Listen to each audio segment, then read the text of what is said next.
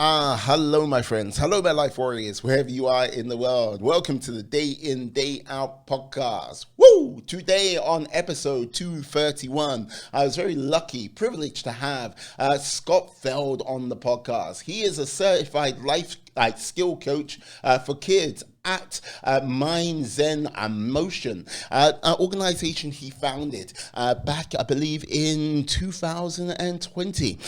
Basically, how can I say? He is helping kids find their direction, find their purpose, find their focus. We talked about many things, how he got his organization started, why he got his organization started, and we also talked about, how some play-doh can help shape a child's life and basically help them take responsibility for their own life.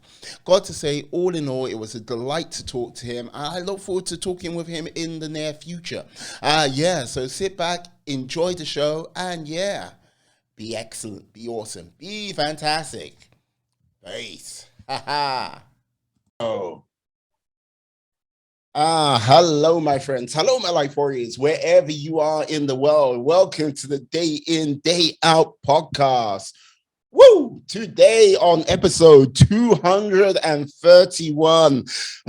Let the podcasting gods be with us and let this go on smoothly. I have Scott Feld with me. He is a certified life skill coach for kids at MindZenMotion LLC. I had to put the last bit on there. But yes, how are you today, sir?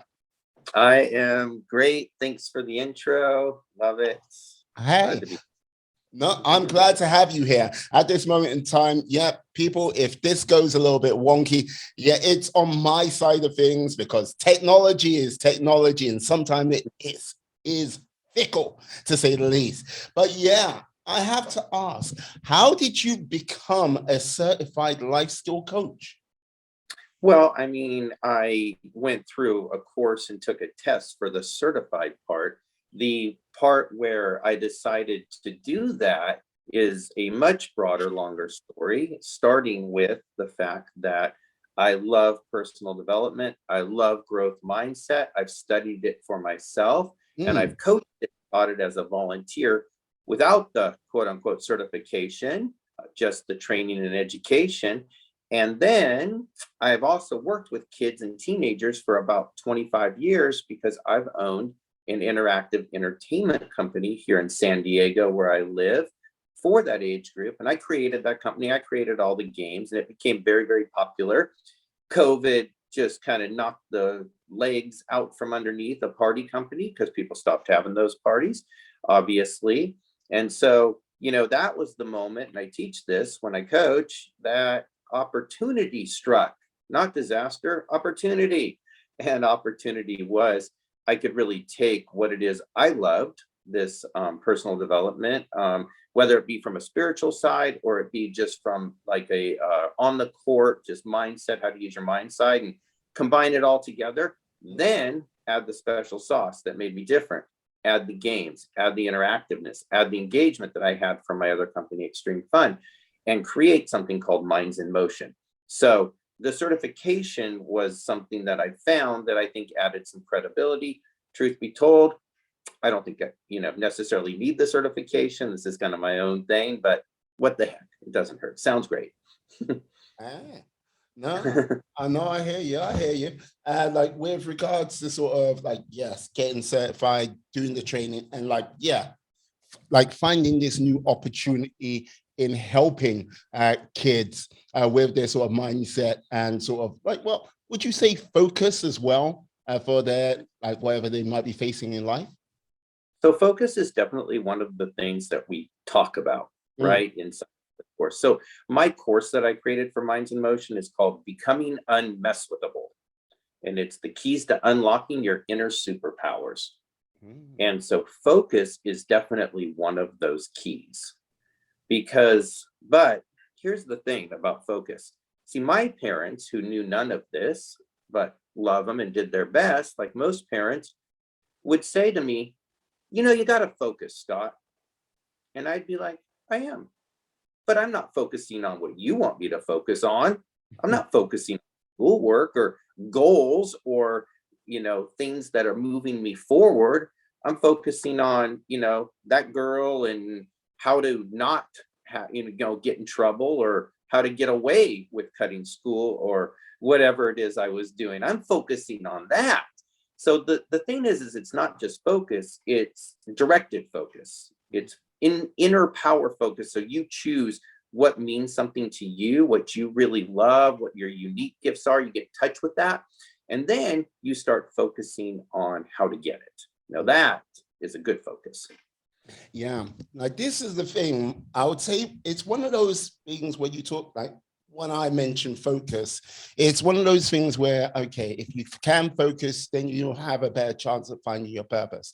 It's one of those things which it's never clearly defined to kids, if you get what I mean. It's kind of like, as you say, a little bit airy-fairy. And like basically, when you ask a kid to focus, it's just normally for a classroom lesson, or just like, to just do a benign task. But trying to help them find that true inner focus, that takes a little bit more as well. Yeah, it's a muscle you have to build up, and part of the trainings that I did, and I'll share this with them, is I'll put a dot on the wall or light a candle and see how long I can look at it, without having my mind go away, and then bring my mind back so that I can extend that period of time, like building a muscle, if you were going to the gym or something, and then being able to take that exercise and relate it. But you have to be able to relate it to something. So this is where the creating of something that you love, a goal, comes in, because if you can go, all right, I can focus on a candle for 1 minute, let me now focus on this thing for 1 minute, that might move me forward towards my goal. And this is where awareness comes in. This is when you can start seeing the things, when your mind kind of calms down and you can start really seeing things, you can start imagining things, because it's not going so fast and just talking to you at all times, if that makes sense. Yeah, no, it does. It does. When you mention awareness, I think, like, okay, awareness for an adult is very difficult, especially self-awareness. Like, so when you're asking a kid to have awareness and being self-aware, like, is that even more difficult, or would you say it's around about the same? I think a lot of things are a lot less difficult with teenagers, and even less difficult with that tween age, that 10 to 13. And the reason for it is they're not carrying so much with them, so much baggage, so much stuff. So it's a little easier to kind of cut through and get them, something. And that's why I like that age group. That's why I like working with that age group, because I Mhm. work with adults as well. But man, oh man, it's a heavy load that a lot of them carry. And there's a lot of, set beliefs about things. And when you talk to a kid and you just say, hey, look, there's truths and there's beliefs, and then there's beliefs that are disguised as truths, and then let's talk about what each one of those are, they can get it pretty quick. So as I said, I teach and coach through fun and games, and we'll talk about, this, what are truths? Like, what do you know that you know? Like, that you know how to tie your shoe. Cool. You know that maybe certain math problems. And then we'll talk about what that you know inside of what would you like to do. So if you wanted to make, a certain basketball team, well, I know that I know I have to be able to dribble this way, or shoot this way, or pass this way, or hit the ball this way, whatever it might be. But there's also the other form of knowing, which is what you don't know. So I always tell them that I know that I don't know how to do heart surgery. And this is a good thing, keeps me from going into the hospital and starting to operate. I don't know how to fly an airplane. Great. I won't go to the airport and jump in the cockpit. But the thing about knowing that I don't know it is it gives me an access. Because if I go, oh, I know I don't know how to fly a plane, but that's something I'd really love to do, I can start taking the steps. They're already outlined for how to fly a plane. But then there's the awareness that occurs in the what you don't know, you don't know. And I have fun with them and I go, I'll give you 1 minute to name 3 things that you don't know, you don't know. Well, what you don't know, they can't name it. It's a blind spot. It's what you don't see. And I love using this example with them as I say, look, I have a board here and I have a nail. And my biggest goal in life, the thing that I really want that comes from deep inside of me, is this nail to go into this board. That's all I want. I've been trying to get this forever and ever, using what I know that I know. And that is, I'm hitting it with my fingers. I'm hitting that nail. I've been hitting that nail, hitting it, just trying, because I really want that nail to go into the board. I've heard that other people have gotten nails in boards before, and this is my big goal. And then I go, but it's hard. It's difficult. My fingers hurt. And then along comes somebody, because I'm on the journey. I'm not giving up. I'm on the journey, comes along with this thing called a hammer. And I'd never seen this before. This was a blind spot. This was something I'd never seen. They bring it to me and they go, hey, have you ever seen this? I go, no, what's that? And they go, well, it's a hammer, and it's used to, some people who've really achieved this have used it to get the nail into the board. How does it work? And they can show me, but they can't do it for me. They go, well, you take it and you hit like this. Well, I go, all right, let me try that. And I miss a couple times, and I might even hit my finger, and I want to give up because it hurt a little bit, but I can kind of see how this is working. Then pretty soon, boom, boom, boom, I've achieved my goal. Why? Because I was on a journey and somebody brought me something that I could become aware of and bring it to my knowing so I could use it. So I teach them that way. So I tell them there's things out there you haven't seen before, but you'll never see them unless you start walking the path. And you got to figure out what that path's going to be. So that's the awareness for kids.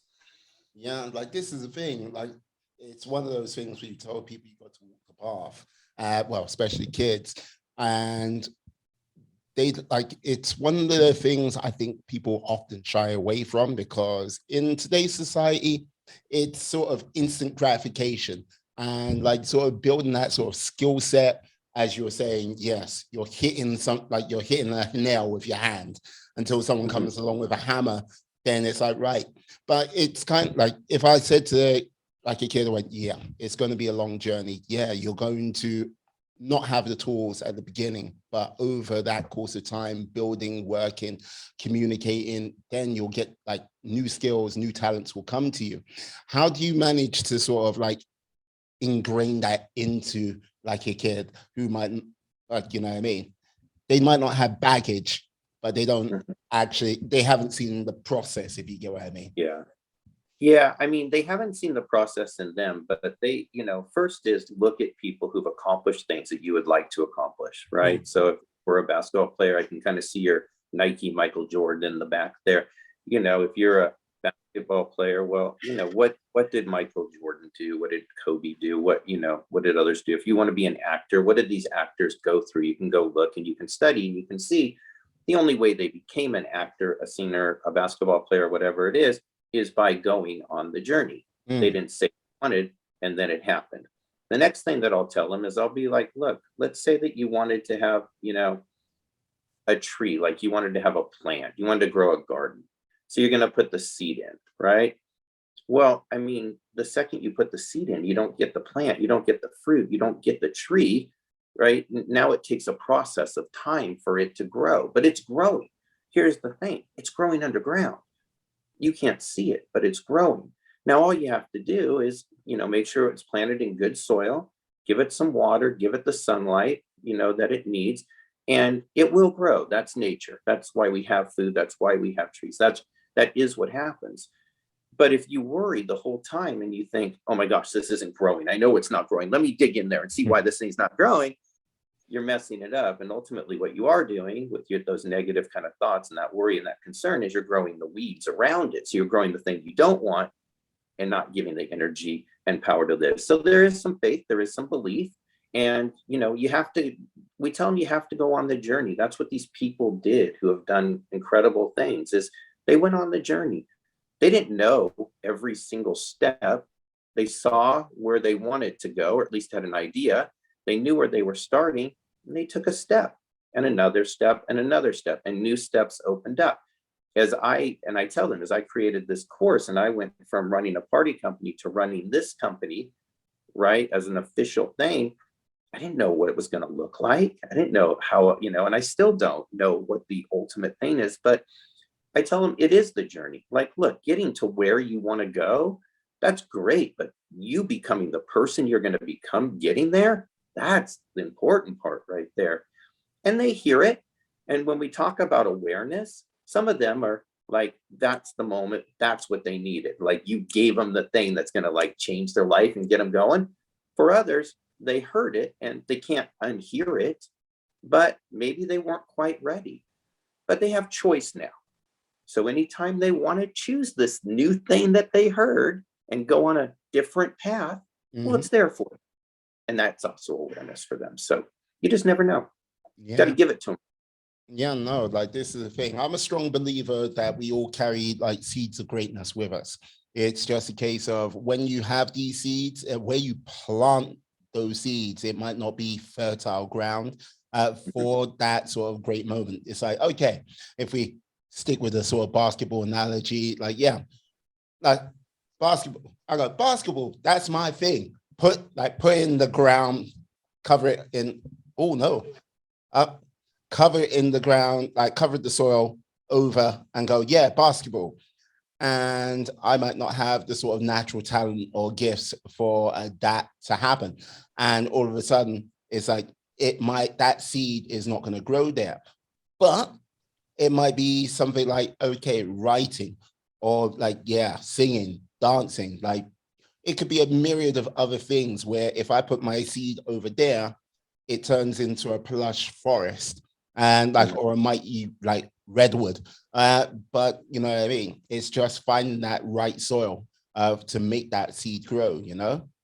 Yeah, absolutely. Well, even for the basketball player, when you're a kid, I ask them not to make permanent decisions about, if they're on like a youth basketball team Mm-hmm. and, they maybe aren't doing as well, or there's one kid that I coach, he's like, I'm just too short, and we'll remind him of Spud Webb and some of the others who are 5'4" and 5'6", who, are all-star, people who played in the NBA, but they're rare and all of that. But don't hang your hat on one thing. If you love it, and you want to commit to it, you could become like, the best dribbler, the best assist person.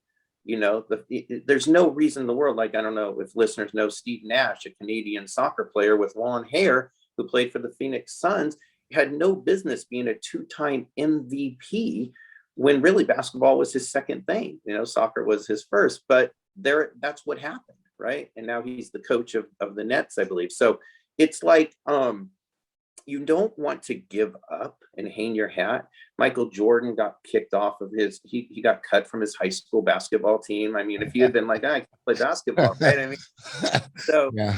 so you can keep that plant growing, but there's a difference between the commitment and the attachment. So if you get attached to a certain result, then you're going to have a problem. If you're committed to a certain result without the attachment, then you're doing the steps and the movement going towards it. Now, there's a girl that I coach, and she told me that her dad wanted to be a baseball player, and he played for a farm team of a major league, but just couldn't quite do it. Well, but because he went on that journey, he's a scout for the San Diego Padres, and he travels the world finding baseball players to bring up to the Padres. And he loves that job. And that turned out to be the thing for him, which, so again, you just never know. He didn't see that. That wasn't the goal, but he loves it. So, there's always opportunity. Yeah, no, like this is the thing. The power of a decent pivot at the right time can like how can I say it's you remember that film Sliding Doors? Like many moons Mm-mm. ago, like basically Gwyneth Paltrow. It's like she's this regular sort of ad agency worker, and like there is a moment where she gets out of a lift, and then it sort of splits on to another timeline where she stays in the lift, and you Oh, see mhm. how her life plays out on these two different paths, and like it's Cool. like yeah. And it's just like it shows you how that pivot really worked out. Like one where she was like still with the ad agency, like in like yeah, she found love and everything like this, and the other where Yes. she like was fired because I think she took some bottles of booze and like yeah, she was replacing. Mhm. It was like right, but you saw how it just went oh that way, and I think Yeah. many people, how can I say, because of like easily with that gentleman who was in the farmer league for his baseball, he kind of hung on to that, gripped on tight and not let go of that sort of dream he had, but knowing to like, oh, you know what, it's not working. It's like I've done Yeah. everything. I've given my best. I've worked harder than I can actually, you know what I mean, work harder than this would just be insanity. Let me try something new and find that happiness, which I think is a hard thing to do these days.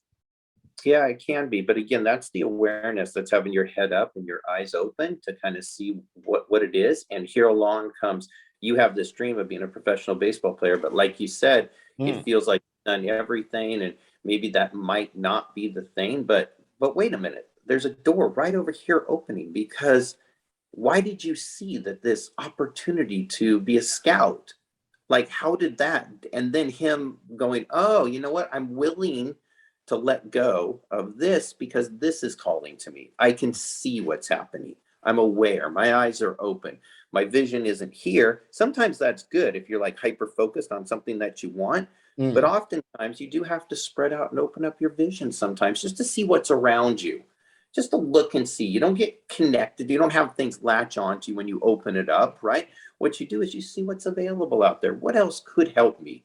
What else could I be doing? And then you see it and you might, get focused on that, which is, I'm guessing, what he did. I haven't talked to him, but now all of a sudden he went, I want to be a baseball player. Wait, that's not working. Let me open up. Wow, now there's this new opportunity. Let me go focus on that now. Mm. Yeah. Okay. Basically, yes. Having that awareness to look up, like being focused on a task, is there's nothing wrong with that, because you do need that focus to, like, hey, make things work, make Mm-hmm, it go in that right direction, not be mm-hmm. poor at the job you're doing or taking care of that task. But if it's not going the way you want it, look up, look around, and then, yeah, if there's something new, focus on that. Like, Yeah. yeah. Interesting. No, like, this is the thing. It sounds very simple. It sounds very straightforward, but like the amount of times you have people where you ask them, like, if you had said, yeah, why don't you do that? They can't do it. And it Mm. must be like, it must be kind of strange and frustrating. It's like on the outside when you see it. But have you experienced that yourself? Yeah. Well, I mean, there's a difference between simple and easy, right? It actually Mm-hmm. is very, once you hear it, you go, oh, it's simple, but easy, that depends. And, it really depends on kind of your programming that you already have, and how deep and how intense that programming is, and how we talked earlier about your beliefs being held on to as truths instead of what they are, they're beliefs. And when you really understand what a belief is, then you go, all right, well, that came to me in some way, maybe my parents, maybe my school, maybe my church, maybe my friends, but I didn't create it, and it's not a truth, which means that there's other belief options out there, and I'm willing to be open to seeing, what else is out there that I can really connect myself to. So when those are so strong, those are so intense, like the truths, then people don't listen, right? Things bounce off of them a little bit. But like I said before, you can't unhear it. So when you do understand and you go, all right, well, look, there is another way. There is a way for you to control your mind. There's a way for you to use your mind. What's different between us and the animals is we actually don't have to just react to our surroundings. We have thought. We can powerfully think. We can imagine. We can create. We can reprogram, right? We have all of these faculties inside of us that we're able to use. Problem is, a lot of people don't use them. Bigger problem is they don't use them because they weren't shown them or taught how to properly use them, which is what I'm out there doing now. And then the biggest, thing is fear. Mm. So if I'm somewhere and I'm used to it, right? That's my comfort zone. But my comfort zone doesn't mean it's good. It doesn't mean I like it. It doesn't mean I'm happy. My comfort zone might be on the couch with, tequila or vodka, staying away from the world because it's too damn scary out there, So right? you don't That's need to go into your Friday nights. That's another story. right. Right. So that's a comfort zone, but there's this intuitive voice speaking to you because you're a human, and that intuitive voice, most likely is saying something like, "You're wasting your life. You want more. You used to have dreams," stuff like that. And if you can get to people and show them, I understand you're in a comfort zone and stepping out can be scary, but here's a process for you, because you can really get what you want, what you might have dreamed about and still do dream about, by simply just taking a tippy toe into the water, the uncomfortable water, and just seeing what it feels like. Because you're imagining the worst. It's probably never as bad as you are imagining it could be. And you do, sitting here in your comfort zone, have the power to imagine it being great. Imagine yourself creating something. You want to do art? Imagine, close your eyes, see yourself painting, see yourself selling that painting, see people like telling you what a great painting it is, instead of sitting here going, oh, I would love to paint, but I can't do it. They're both imagination. None of them are actually happening. You're sitting there. So, imagine and create what you want. That'll help you get out of that comfort zone. And I think desire is just the first thing that you need. I mean, that's the catalyst. Just have a desire for something a little bit more than where you're at. And then you can use the imagination, and then you can step out. And like we said, simple but not easy, but people do it all the time. So it can be done. Yeah, no, I agree. Like sort of changing and moving out of the comfort zone and sort of changing that sort of belief pattern about oneself. Very hard, very difficult to do. But like the whole thing is, I think some people get caught up in the trap of, okay, I must get myself in shape. Have at it. And they run out, they like go like a mad badger out of hell. And like, yeah, they go, like they do all the exercises, everything like this. And then a couple of weeks later, motivation ebbs. They don't see the results they want, and they fall by the wayside. When instead of going out at it like hard and gung-ho, small steps. The smaller steps can lead you to like your greatest successes. Because like, you know what, when we're babies and kids, like first learning to walk, it's like, yeah, you're getting up, you're standing, you're getting up, standing, getting up, standing. One day, that first step comes along, then fall over, get up, stand, get up, stand. Oh, 2 steps. Then a few months go by before you know it.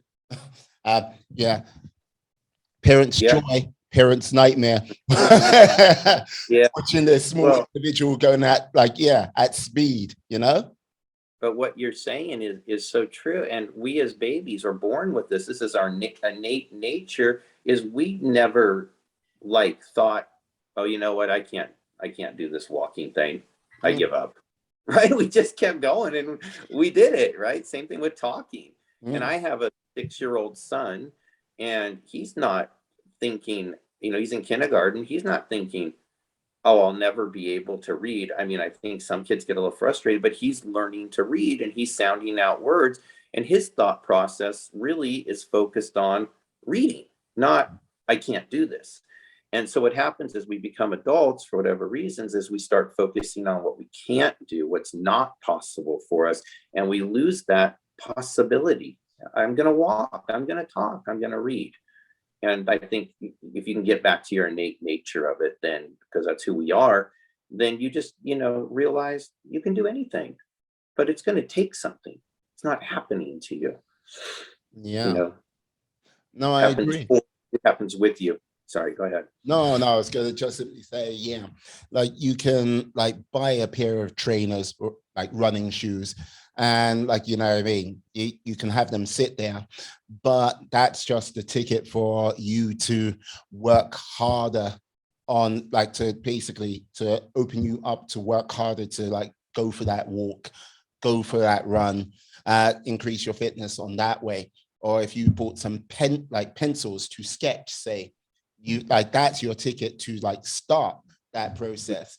And like, yeah, I think also another thing, what people sort of get caught up in is like the friction. They don't make it easy to sort of take on these new habits and stuff like this. Like, I don't know, do you have like sort of processes you put into place to like go, you know what, rather than sort of make that difficult, you want to do this, make it easy by doing ABC before you do that initial task. Yeah. Well, I mean, I think one of the most important things we can share with people, like your example of losing weight or going to the gym, is Yeah. be kind to yourself. I mean, you got to have grace. You got to understand that you are trying something new and you are trying to do something for yourself.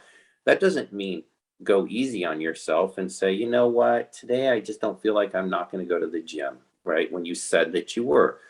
But what it does mean is that don't say to yourself, I'm going to go to the gym for 3 hours and I'm going to lose 25 pounds in a week. You had a guest on a week or episode or two ago who talked about, people who have unrealistic goals and it makes them quit. He was like something about, becoming skinny. I think that was in the title of what Ah, he does. Costas. And yeah, yeah. And so, that's exactly right. It's that goes back to the vegetable or the plant or the whatever you're growing. It's like if it doesn't show up in 2 weeks, are you cutting down the tree? Are you digging the thing up and giving up? No, you're not. So that's the same with you. You're in action. The chances of you achieving that goal of losing weight or whatever that fitness goal might be Mm. is 100 million% higher if you do go to the gym a half hour 3 times a week than it is if you don't go at all. It just, so you're doing something. And naturally, what happens, it's happened to me, it's happened to almost everybody I know, is that once you start and you do a half hour 3 times a week, that half hour turns into 40 minutes or it turns into 4 times a week. You start enjoying it. Why? You were imagining it was going to be terrible. And then you got there and you saw other people like you and you saw other people doing the same thing. You talked to a few people, you met a few people. If you're able to, you got a trainer who was going to support you, or the gym has a program, right? That you can go into. And now all of a sudden, this becomes part of your culture. Here where we surf, and I'm an avid surfer, people all the time live very close to the beach and say, "Oh, I would never go surf." Why? Well, I mean, the people, they're out there and like, they have the long hair and they're like, I go, I don't look, but, and it's so hard and the waves and the sharks and all that kind of stuff. Well, they're just imagining so much stuff. But those of us who go surfing all the time, we only see the dolphins, the sea lions, the beautiful waves that we're riding on Mother Ocean. I mean, we have a different focus because we're in it. And that's how it can be with the gym as well. Mm. These are your people. It's a great culture to be in. You'll go to the bar. I mean, that's a culture, right? You get in that habit, go to the bar, right? Or wherever you go. Yeah, trust Um, me. In my younger days, Me yes, I too. was, Me too. I was a Me habit I too. loved. It's Yeah. like, But what's funny, and you can probably attest to this, is that once you do get yourself on something else, whether it be the gym or be, art or be something else, all of a sudden, you just don't really want to go to the bar. It's not that interesting. Those people are just not interesting. The experience just isn't interesting. It feels like a waste of time. Now, you may go and have a drink with some buddies, but that's different than mm, just going and sitting at the bar for 3 hours, right? Watching the game and whatever you're doing. So, it's just a matter of getting into action. Like we said, putting your tippy toe out there in that uncomfortable zone, and pretty soon you're swimming. You're out there. That's your thing. And it becomes your new comfort zone. But it should never stop. The growth never stops, right? Then inside of your new comfort zone, here I am. I need to push a little bit more. Why? I don't grow if I'm just being comfortable. So let me move up the times I go, or let me take a class that I never would have taken, or let me do something that I would have never done, but I've always wanted to inside of what I'm up to, what I'd like to achieve. And it's a growth thing. It just grows and grows and grows as the plant does. All of a sudden, underground, all this stuff is happening. You don't see it, so you don't believe it. It's not growing, right? We say you have to believe it to see it. Most people think they have to see it to believe it. But if you got to believe that you can do it, then you'll see those results. And pretty soon, here comes the little vines. Here comes the sprouts. Oh my gosh, it really did happen. Something's growing here, which means that you have lost some weight. You see your muscle tone. You've made some new friends. Life feels a little bit different, right? And here comes that plant. It's growing faster now, right? Going, going, going. And that becomes your world. mm. No, I agree. Yeah, no, this is the thing. I do agree. And like the whole thing is like when you're trying to build a positive habit, it it requires more from you. Like, because look, this is the thing. Now, there was a time where, okay, going to like a bar on a regular, like on a Friday, Saturday night was okay. I saw like, how can I, at that stage in my life, it was a very sort of positive habit, going out with my friends, drink, drink, drink, good times, yay. But as time goes by, it's like, yes, going out with my friends, or it's like maybe not so many friends anymore, but yeah, going out, it's like, it, it's pricey. It's not what it's not what it used to be. And yeah, it's time to move on. You know what I mean? And trying to build that new positive habit, be it like, yeah, reading, be it like sort of like writing, photography, whatever. It requires that little bit more effort. And people sometimes struggle with that, getting over that little hump, you know? Yeah. Well, success isn't easy, Mm. otherwise everybody would be, fully successful. And just wanting something doesn't get it for you. We'd all like to have more money, and we have to do things to get that money. Mm. So those are important things to instill in everybody, but kids and teens. And what you and I know now, we can show, again, make aware to kids, teens, that look, when you're up to something, you're not just an easy fish to catch by whoever's trying to catch. So I remember being in high school and not really having a lot of direction. I played water polo, I swam. It was fine, but I was looking for more excitement, and so the people saw that and it was like, oh, well, come over here and skip school because we have an exciting time, right? Or across the street and come, smoke and drink with us, because after school, because this is the exciting time. And I'm looking for excitement. So I'm a fish that everybody can catch, until I became aware that this is what was happening to me. First of all, I had no power and no control. Mm. They all did. And secondly, I truly would never give up power and control. If I'm aware of it, I wouldn't like do that. And then when I started learning about my inner powers and how I could actually create a life that I wanted and go in that direction, on that path, then everything changed, right? I was a much happier, calmer person, not trying to avoid things, like getting in trouble, or whatever the consequences would be of my actions, but instead enjoying the results.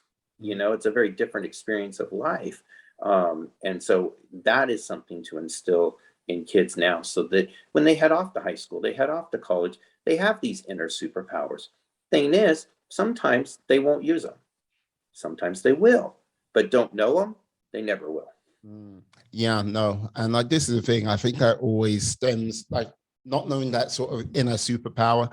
It's like, if you can't find like, you can tell someone do this, like be that a child, be that adult, and it will make your life better.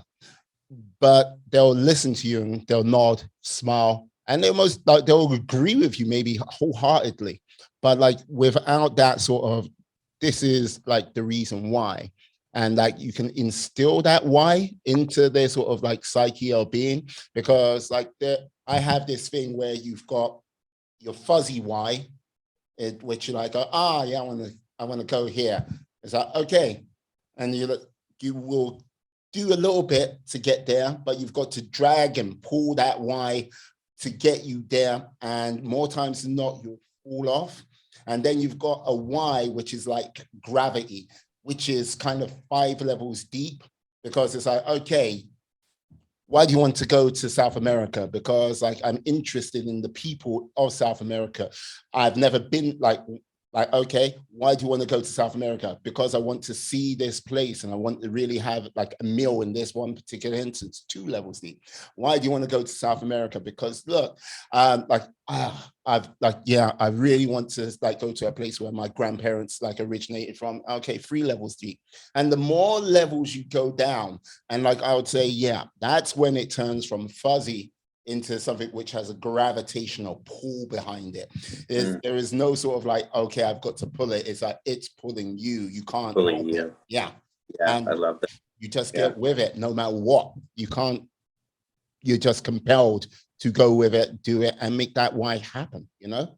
Yeah, no, that's awesome. And I always tell the kids that, you have to create it. It has to come from you. Others can't say it would be a good idea for you to go do this, Yeah. because why won't pull you like you say. It won't be gravity. It'll feel like, pulling teeth, and you're just doing what other people want. And when hard things come up, circumstances, conditions, challenges, obstacles, you're not going to have the power to go through because you never had that strong why. It wasn't your why. So, I tell them other people can definitely, like parents and teachers, say, I think you're good at this, or you would be good at this. You might want to try this. You can certainly agree, but that comes from inside too. That's an inner power to agree. Kids often think there's so many have tos. Everybody's just telling me have to. I go, look, there might be some quote unquote have tos, like going to school or, going to visit grandma or whatever it might be. But your power lies in how you choose to experience it. Because if you choose to experience it a certain way, then there's something available to you, right? And what's available to you, you don't know. That's the big secret, door. But there's something there for you. So go for it, give it a chance, don't close the doors, close your eyes, and just, kind of just suffer through school or whatever these have tos are, because then all you get is suffering. I mean, if you're going to say this is hard and I have to do it and I'm suffering, expect the experience of suffering. You created it. You molded it. So that always kind of gets to them. And again, it's kind of like just, that opportunity to look at things in another way, in ways they haven't before, and that's because we as parents, have always told our kids, look, you have to go to school. And it's just one of those you have to do, period. End of story. Now you just got to do what you got to do with it. And it's very rare kids who really take that on and go, all right, well, my power is how I experience it. So let me go do this, and have that gravitational pull. So it's important for them to know that they can create inside of have tos what they want, and then get stuff out of it that they can't see. Yeah, I think it's all, yeah, no, I agree. Like with regards to sort of, I don't think many people, many parents, or even in school, like go, like basically talk about how, excuse me, how life is more of, I would say 8 times out of 10, more of a reactionary thing.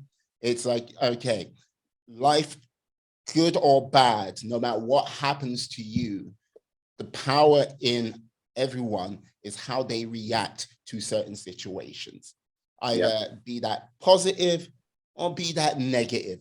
And I think people have seen an example of this in the last 48 hours. That's another story. But but it's a case of, how you react will sort of determine how well you will do, like going forward in your life, Well, animals react. That's just nature, right? And humans have the power, the ability to respond. Bond, I tell them, is thought in between what happened and what you do. There's thought.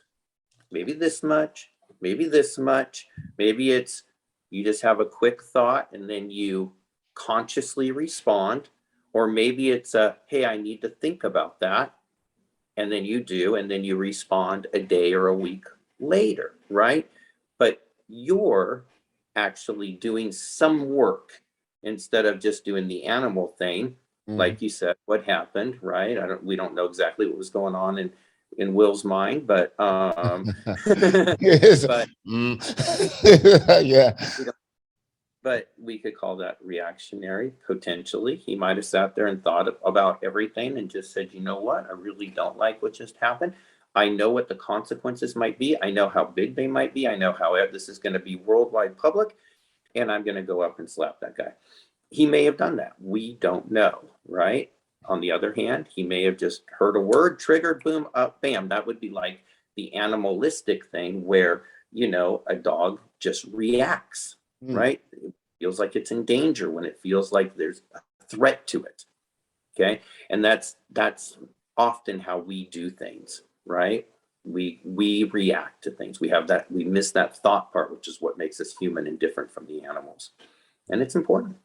Yeah, no, indeed, indeed. Like, so, so, so with this, like, okay, you were in partying, like party planning, that got taken away from you. Like, when was the sort of epiphanal moment you had that spark to like, oh, you know what? Hey, because like 2020, that was a real shit show for many a person, you know, Yeah. and businesses went to the wayside. Like to sort of go, like, what gave you the will to sort of dust yourself down and get back up? Yeah. So just to be clear, I didn't party plan. I know What's that's up? what everybody said. No, that's okay. There was party planners, and then we would come and do the entertainment at the events. And so it was more just kind of we were on the court there, but no problem. So um, what happened was prior to even knowing there was COVID, I had the idea of creating a company that did um, live events here in San Diego where kids could get a transformational message, learn how to use their imagination or any of their other faculty, like we had talked about, their focus, their willpower, and then send them off on some paddle boards or send them off on some kayaks or do some rock climbing. So I was going to add this sort of action thing to it to combine, but COVID did kind of shut that idea down too. So I actually had my company and my idea shut down at the same time. However, in the world of not just having my eyes here, that was a time for me to look up, and it has to become a choice. Like you have to choose to look up because it's so easy. And I tell people, like, look, I could have easily just been like, oh my gosh, you guys, this is what happened to me. My party company, I've had it for Mm, 25 years here. And all of a sudden, this crazy thing that nobody could have ever planned for has taken, the roots out of it. And people have been like, Scott, I'm so sorry. That's so horrible. And I could have just soaked up all of that sympathy and been like, oh, yeah, you know what? This is horrible. I had no choice. This mm, is bad. Or I could look up and go, well, there's opportunity, like we talked about. But what is that opportunity? See, I can't see it. I'd already had this other idea, and that other idea was pretty much shut down too. Wow. Okay. Well, what was happening? Schools were going online. This was going. Oh, I didn't see this when I first had the idea. I could go online. I could create virtual courses. What does that look like? How do you do that? And I started going down that journey and that process, having never ever done it because I was a live event guy. And so I made mistake after mistake after mistake, me and Thomas Edison, him making the light bulb, me making courses, you yeah. know, mistake after mistake. But this is again what I teach. It's like mistakes are growth, right? They're either going to pull you down or lift you up because you think you're getting closer, or you think you're getting further away. It's all perception. I knew because of my training, I'm getting closer and closer and closer. People were entering my world that were helping me go to the next step, still happening. And so ultimately, inside of that, I had what you were talking about before. I had a big why, I had a big pull towards Mm, this. And that big why was I knew something very important. I knew that kids were being dragged down. All of the sudden, wearing masks wherever you go, not being able to go to school, doing it online, sports being shut down, their life actually being like crazy changed in an instant. And the fear of, am I going to get sick? Or is my family going to get sick? Are people going to die? What is happening here? Because we all had those. But they're being pulled into this world because their world really was friends in school, and it was very simple. And mm, so I thought, I know something. I know the tools. I know what they could do. I know if that they saw this, that they and had access to this, it would truly help them. And I knew that I had a unique way of bringing it to them. However, I didn't know that at that moment. I thought I was going to switch from entertainment to coach. But it was a guy who I randomly ran into who had worked for Tony Robbins for about 15 years. And he ah, said to me, you're not switching anything. I go, I'm not. He goes, oh no, no, no. You don't take that 25 years and throw it away. you bring it to this thing. And what you're doing is meet it, but they're only going to hear you, and you're only going to differentiate yourself if you bring this experience. Other people don't have this 25 years experience. They didn't create party companies, all the games and activities, and run them. I went, oh my God, you're right. How do I do that? So MindZenMotion became an interactive, engaging experience. There's power parties and there's power quests. Just two versions of the same thing. A power quest goes over a 6-week period of time. We meet twice a week, either live or online, and we take them through the 6 keys to unlocking your inner superpowers. A power party does it in a 2, 3, or 4-hour version, and you do it at a one setting, and maybe there's lunch and there's music and there's all these interactive, engaging games. And if I may show you, inside of that, I created what's called the power box. So every kid that does a quest or does a party gets a power box. Now, it's really important that we have some hands-on stuff to play with here because, you know, we're teenagers, we're kids. So when we talk about imagination, we talk about play-doh, right? We give them a thing of play-doh. Here's why. First of all, play-doh was accidentally created through someone's imagination, right, of creating something else. And then they were aware and they went, oh, that's not working, but this, this could be cool. Yeah. It's like, I wonder how much this will be worth in the future. Yeah, right. I tell him, I'm like, do you think the guy who accidentally made this thought it might be the biggest toy ever? You know? He's like, yeah. It's like, you mean in schools? Yep. Like schools, kids, everything. Yeah. God. So, how long has Play-Doh even been around for? God. I think about 50 plus years for sure, maybe longer. Wow. But I tell them, I go, look, you know, this is just a ball. And you can mold it into anything you want. It starts with your thought, starts with your imagination. You can create anything that you want out of this Play-Doh. So think about it for a few moments and then start creating. And sure enough, they'll all create something and I'll show them how everybody created something different. That's because they're all unique. They have all unique likes and thoughts. And so no two things would be the same. Even if they both created the same happy face, the happy faces would look different. All right. So you can create what you want by thinking and imagining. You can mold your life like the Play-Doh into the life that you would like to have. But here's the thing. Here's what most people do. And I have them ball it back up. I go, give it to the person next to you. Now they're going to make something. Whatever it is, you have to take it. See, other people are imagining for you. They're telling you how your life should be. And you're listening and you're just taking it without any thought. And you may not like it, and it may not be uniquely yours, right? Or it might just be what the other kids are doing. The other kids are doing this, so I'm going to do it. I'm not having any thought about it. I got to do it. I got some serious FOMO going on here. I might miss out. What happens if I miss out? What are they going to say? What about the bullying? What about all the things that could happen to me? Because they're out there seeking approval for what it is being made, and they're too scared to make their own thing. So they'll just make the thing that the others are making, go along with it. Well, this is a problem because that thing keeps changing and you got to keep up. You got to wake up in the morning. You better check your phone. You better check your Instagram. You better make sure that there's not something new happening in your people that you're going to miss out. Because if you show up at school and you don't know that thing, oh, God forbid, bad things could occur. And that's what approval looks like for kids on a daily basis. On Instagram, these kids tell me these filters. They spend hours trying to get the right filter, and then they wake up hoping nobody has bullied them about their filter.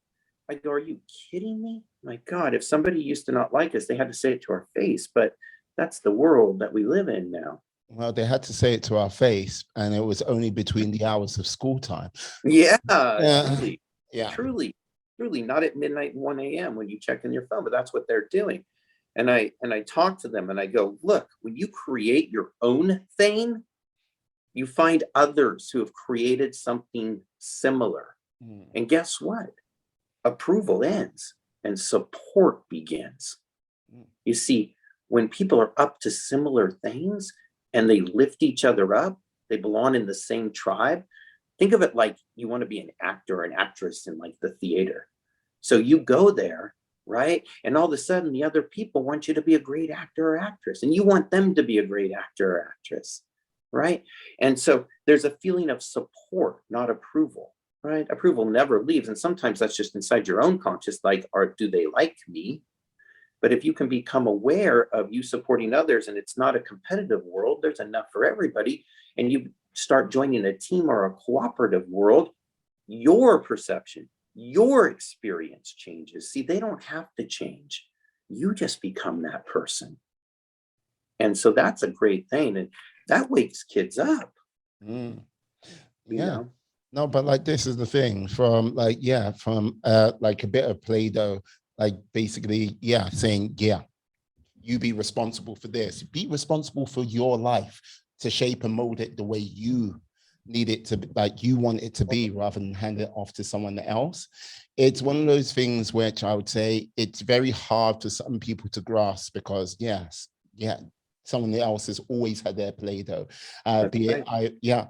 be it family members, be it people they've loved, or be it people which have not been the most positive people Right. in their life.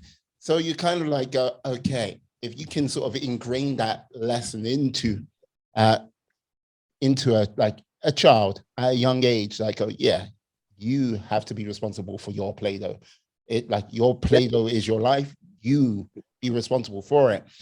Like, yeah, the amount of change of the amount of sort of life choices they would make. I don't know in what direction, but it will be their direction. Be it Mm-hmm. like, you know what I mean? You might look at it and go, you're being a freaking idiot right now. But you know what I mean? That Yeah. might be the very thing they need to take them on to, who knows, their own personal greatness. But it's their choice. And if they're Yeah. making their moves for themselves, is that a bad thing? You know? Yeah. Look, if I make something and I don't like it, I can understand that I can make something else. Yeah. You know? I can make something else with it. The third and last thing I do with it is I, tell them, not only is somebody else going to make it, I say, make something that you don't like. Make something you'd hate to have to look at all the time. Mm, And I tell them, for me, it'd be a spider because I don't like spiders. mm, And I go, now you have to have that with you at all times, but you have to understand you made it and now it's with you. And that's what a lot of people do. They make things they don't want and they don't like through their imagination, through thinking the worst. mm. And so they carry that with them. It just travels with them. And they actually think they can't change it. But I'm here to tell you now, look, it's as simple as this. Yeah. Make something new. And I give them the Play-Doh, of course. So now every time they look at Play-Doh, they have a reminder of how they can mold and shape their own lives. Mm, So whether or not they choose to do it, it's there for them. It's sitting there, yeah. right? And look, I know because I've asked for testimonials and I've asked for feedback from the kids. This makes a huge difference. This one thing, and this is only one of the 6 keys that I teach them, right? The power of using your imagination and molding and creating your own life, and Mm, how you can do that, and how you can shape it.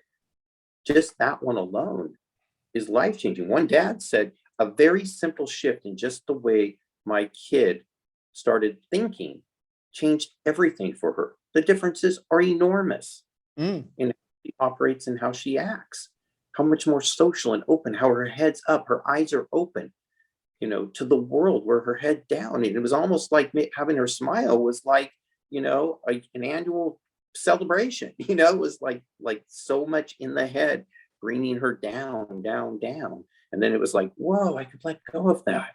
I can mold and create my life, Yeah. you know?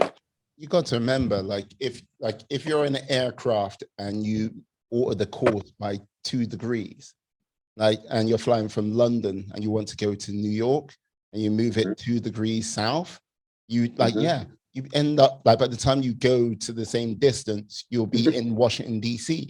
It's Right. like, you know what I mean? It's, Pounds. yeah. And I think that's one of the things which the small course corrections to make one's life better, it doesn't take a lot, but it's one of those things, it does take a lot of belief. The actions don't, it's not that great. You just like, oh, you just do that, do that, do that, and you consistently do that. If it's a positive thing, and before you know it, you will end up in a positive direction more times than not. Obviously, life can throw a random wrench here and there because that's what life likes to do at times. But Mm-hmm.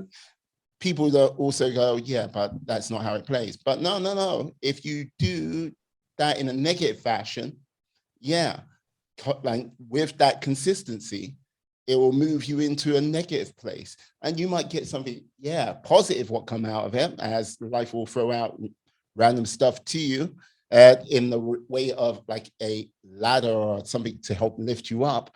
But more times than not, it's going to take you to a negative place. It's just the small things make the world the difference. Yeah, absolutely. It's funny you talked about airplanes. I have one right here. Ah, excellent. And that we use this for the pilot and autopilot, the conscious and subconscious. And you were talking about going to South America, and maybe that's something you really want. You know, I want to go to South America. I'd love to go to South America, but you have some programming, that autopilot. And he goes, oh no, don't do that. You'll never make it. It's scary there. It's too dangerous. We should just stay here, not even take off, because things could happen. Bad things could happen. And over here, you're going, but I really want to go, and it'd be really cool. And over here, it's going, no, no, no, no, no. And you think it's two different people, but it's just you talking, and it's your programming. And when you become aware and you go, oh, wait a minute, that's me. And that's just a belief that I'm holding as a truth. And I could actually change that, because obviously people go to South America. So let me actually give myself what I'd really like to say to myself. And that is, you can do it. It's going to be fun. We're going to have a great time. We're going to learn so much. And, confident. I'm confident I can do it. And so then you start positive self-talking to yourself instead of automatically autopilot, negatively talking to yourself. And then you take off. And your experience of it is much better. Now, there might be some scariness, there might be some walls to get through, right, to do it, but you can do it. You can, right? You just don't let that inner voice that sounds like it's coming from this, God above, stop you, right? Like you create the voice, you program. And guess what happens once you do it?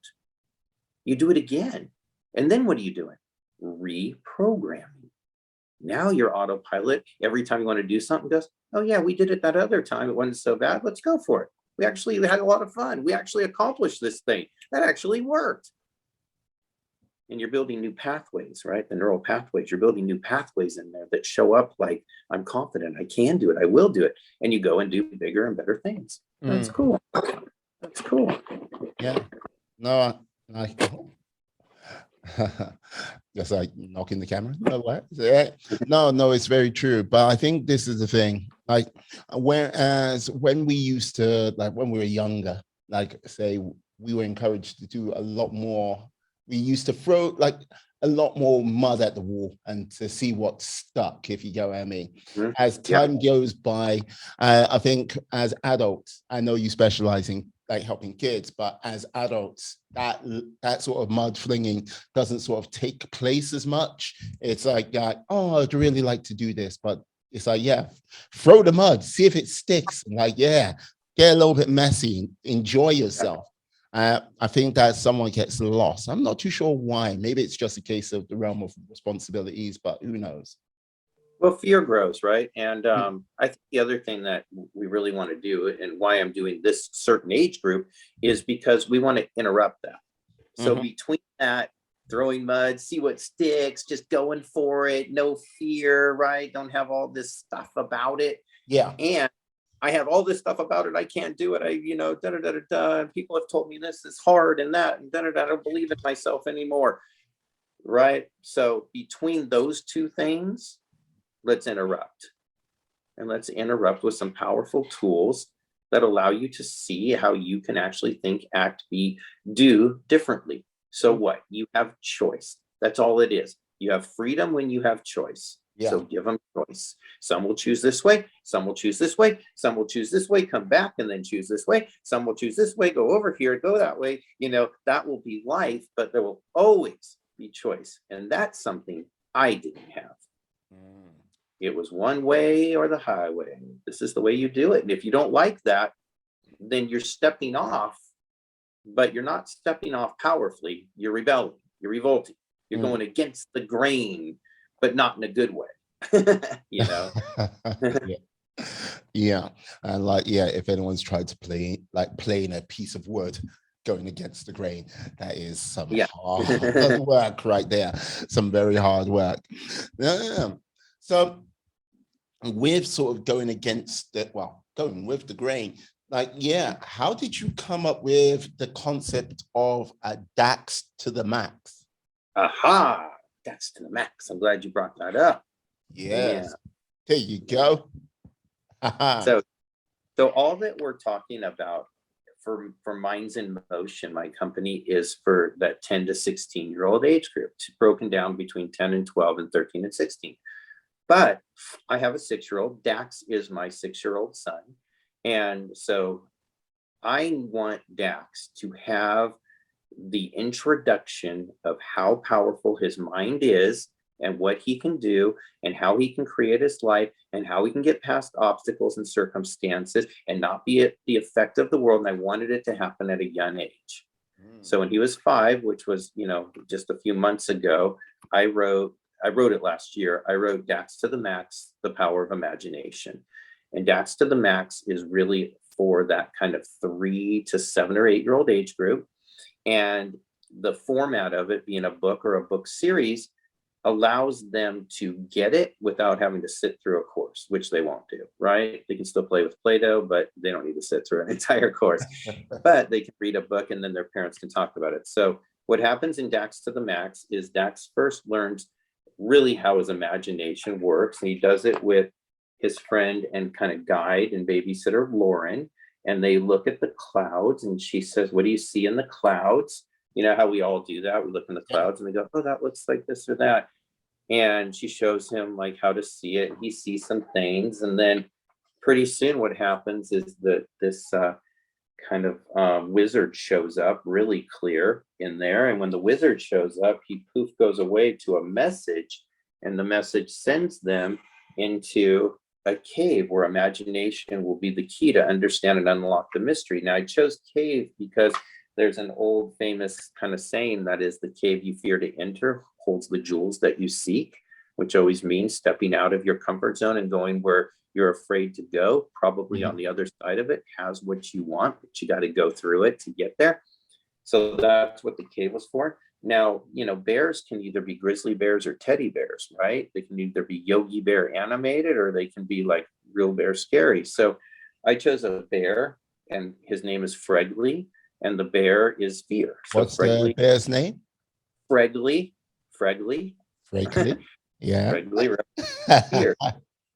Now look, before you really start giving energy and thought to fear, Fregly looks a little bit like this. He's just kind of dormant. He's there, the fear's there. But when you start thinking, "Oh my gosh, I'm so scared," right? You wake up fear and fear gets some teeth, right? Fear can become pretty scary. And so at that point, you're either going to let fear dominate you and you're going to run away and get away from fear, or you have the ability to use your imagination in that moment and change the experience or the perception of the thing that's causing the fear, right? And you could go, "I've never done it before." So it could be scary, but it also could be really fun and it could be really adventurous. And I know that I want the thing that's on the other side, whether it be the award or whether it be being able to swim or whether it be being an actor in that play or being on that basketball team, whatever it is that's causing the fear. I know that if I can kind of get past it by not allowing the fear to control me, but I control the fear, then the fear can become something that I like, the experience of it anyway. And then Fregly can become, this fun animated bear.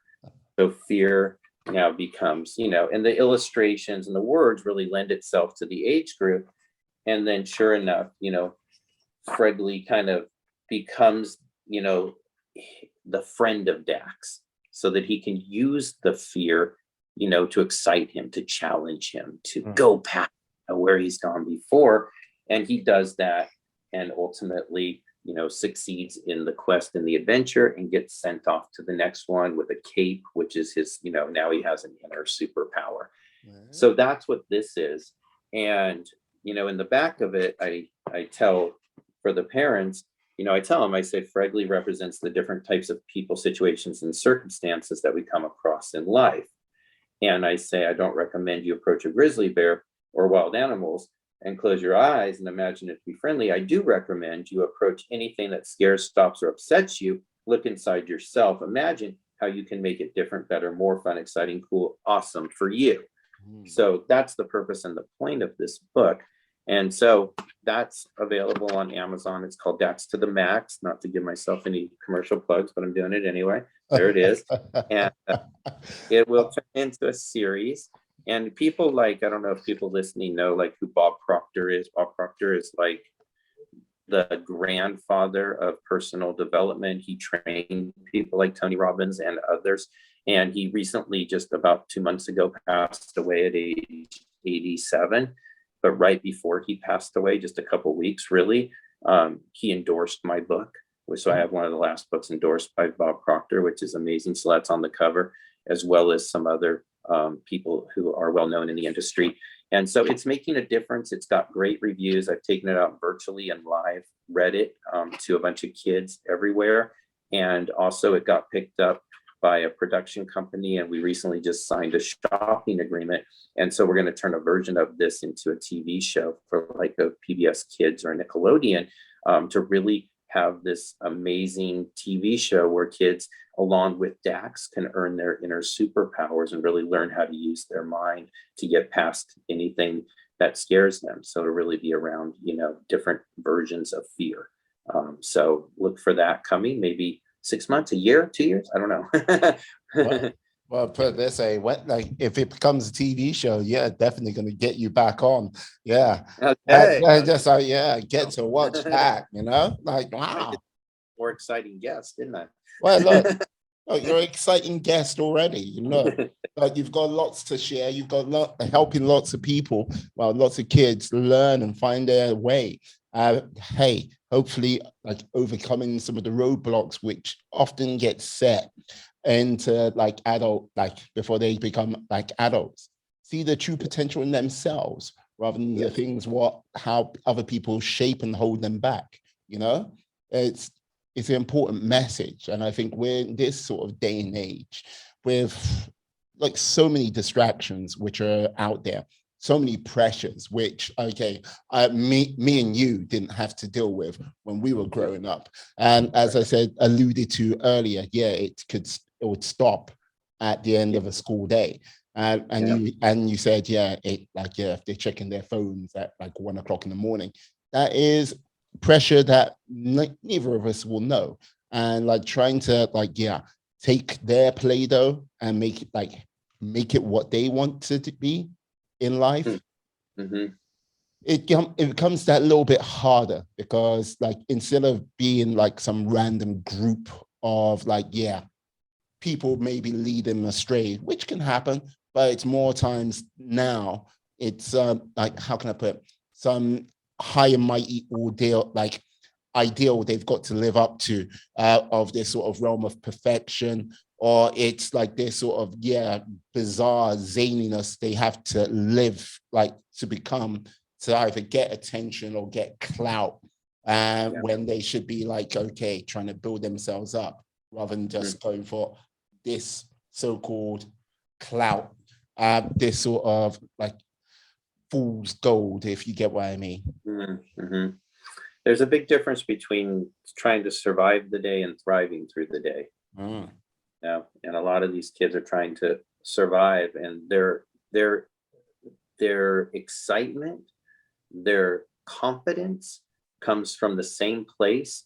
Their sadness, their anxiety, and their lack of confidence comes from, and that is how others see them. If they wake up and they see on their feeds positive stuff, or somebody says, I love your shows or whatever, confidence up, right? Now, somebody comments, I don't like this or something like that, and it starts a little storm, confidence down, anxiety up. Same place. And they're counting on this one thing, to kind of control their emotions, not knowing, or if they do know, not using the fact that they can control their emotions. They don't have to let that affect them. Nothing on the outside ever has to change. right? They haven't read books like Man's Search for Meaning, where, he's locked up for many, many years and he says they can lock my body, but not my mind. I'll always have that. His experience of it was his own Mm. in that book. And there's other examples of it. It's so perfect to really think like, look, if I feel all this stuff is happening to me and I'm energizing it by giving it my, undivided attention, my focus, and my emotions are controlled by it, then of course I'm going to be sad. Of course I'm going to have anxiety. I might have depression. I might go to my parents and tell them this, but my parents don't know. So all of a sudden now they're feeding into the fact that my kid's depressed, blaming the outside circumstances of life, not knowing that the power lies within. You can change how you see it. And then it changes. Once you do that, it will change, right? But it doesn't have to change for you to feel better. You can feel better and get strong internally to change it Mm. if that's what's needed. I hear that. I hear that. Remarkable. Yes. No, no. No, totally understand. I get that. And it's a case of like helping like others get that. Because like, yeah, when like too often when like, yeah, if someone is on social media, they can see 1,001 positive messages, but the pinprick, the needle is that one negative message, which like, yeah, can turn them into a spiral. And that sometimes when like you're not aware that the fix is in on that type of game, if you're playing that game on a constant level, being able to like go, yeah, to sort of embrace the positive things in life and like go forward with that. That is the challenge. I think that is like the things that should be the armor which helps like prepare and help individuals in this world of ours, you know. But And that's what the course is called, becoming unmesswithable. And it really is just about not allowing things to mess with you. You having power, you having control to create. Stuff's coming at you. Life will have obstacles and circumstances. mm, But who's going to be in the face of it? The victim? Or are you going to be powerful? Use them. Go past them. Blast through them. Right? So that's what those who have conquered, those who have succeeded, however they've succeeded. We may know them, they may be popular figures, or they may be someone who, I took my kid to like the local theater the other night, and there's these people who were playing these different roles in this children's theater. I don't know, but they definitely had to blast through different obstacles to become that character on that stage at that moment. And they probably have loftier goals as well, but they're on the journey, right? And one of them plays like, like Daniel Tiger, something like that. I can just imagine that this, he was very good. And I could imagine that he's trained. And inside of that, whether it was his own thinking or others going, dude, you're going to play Daniel Tiger and wear a costume? But he never allowed that to deter him. That was just either that's it for him. He's like, I love Daniel Tiger and that's who I want to be. I grew up with Mr. Rogers and bam. Or I see this as my access. I'm not going to say no to my access of other people seeing me and somebody going, who plays Daniel Tiger? Let's put him in this other role. Because if I don't play Daniel Tiger, nobody's saying that. So just looking at people in their own journeys and where they're at and what they're doing, right? We don't know their inner thoughts until we talk to them and they share it with us, but we can assume or we can say they're on a journey going somewhere, right? And if someone isn't, you can tell. You can tell when like they are just letting the circumstances and conditions come at them, right? And they're weighing them down and carrying them. Sometimes I'll do things like, I'll carry things, I'll put things on me. Depending on what's happened to me, people walk around and they just keep adding things. And like you said, it compounds and it compounds. And pretty soon it feels so heavy, I can't even lift up my shoulders or my head. And I'm walking around like this. And then something comes at me, another obstacle. And all I'm doing is taking it on because I have no power, no energy, no ability to push it away, to break through, to blast through it. That's just not what I do. I always take it on and on and on until I can't take it anymore. And when I can't take it anymore, that's when things go real bad, right? That's when, unfortunately, teen suicides are up and things like that. I can't take it anymore. That's what that means, right? I'm not going to try anymore, but I never tried. I just let things, get to me. I didn't know what else to do. That's why I have to do this. That's the most important reason I have to do this. Now, I don't go and do this and go, I'm going to save your kid from suicide. However, that could be the effect of this. No one would know, right? I say when your kids feel limited or stopped, they're frustrated, overwhelmed, let's get them going because they want something. Let's get them going towards it instead of allowing the world to keep coming down on them. Let's interrupt boldly. Let's just interrupt it, blow it up, and let's go in a different direction.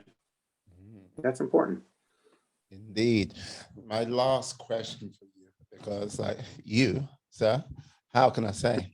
Yeah, an inspiration, a joy to have. Indeed. Well, thank you. No worries. But okay, with regards to your journey, how do you see your journey playing out over the next, say, 18 months? Okay, great. Thanks. Great question. So I want to, hopefully, fingers crossed, the world stays open, right? We don't get closed down and stuff like that. And I have the ability to go bring this live to more people.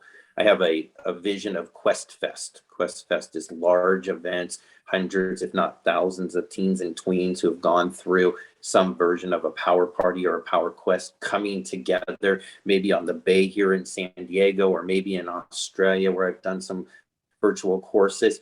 And we have speakers and we have music and we have dance and we have food. We have this big party, right?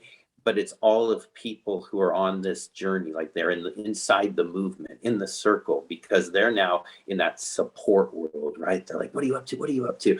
And we have an online community called Circle, and they're in there doing all that, right? That's a growing thing. So that's one thing.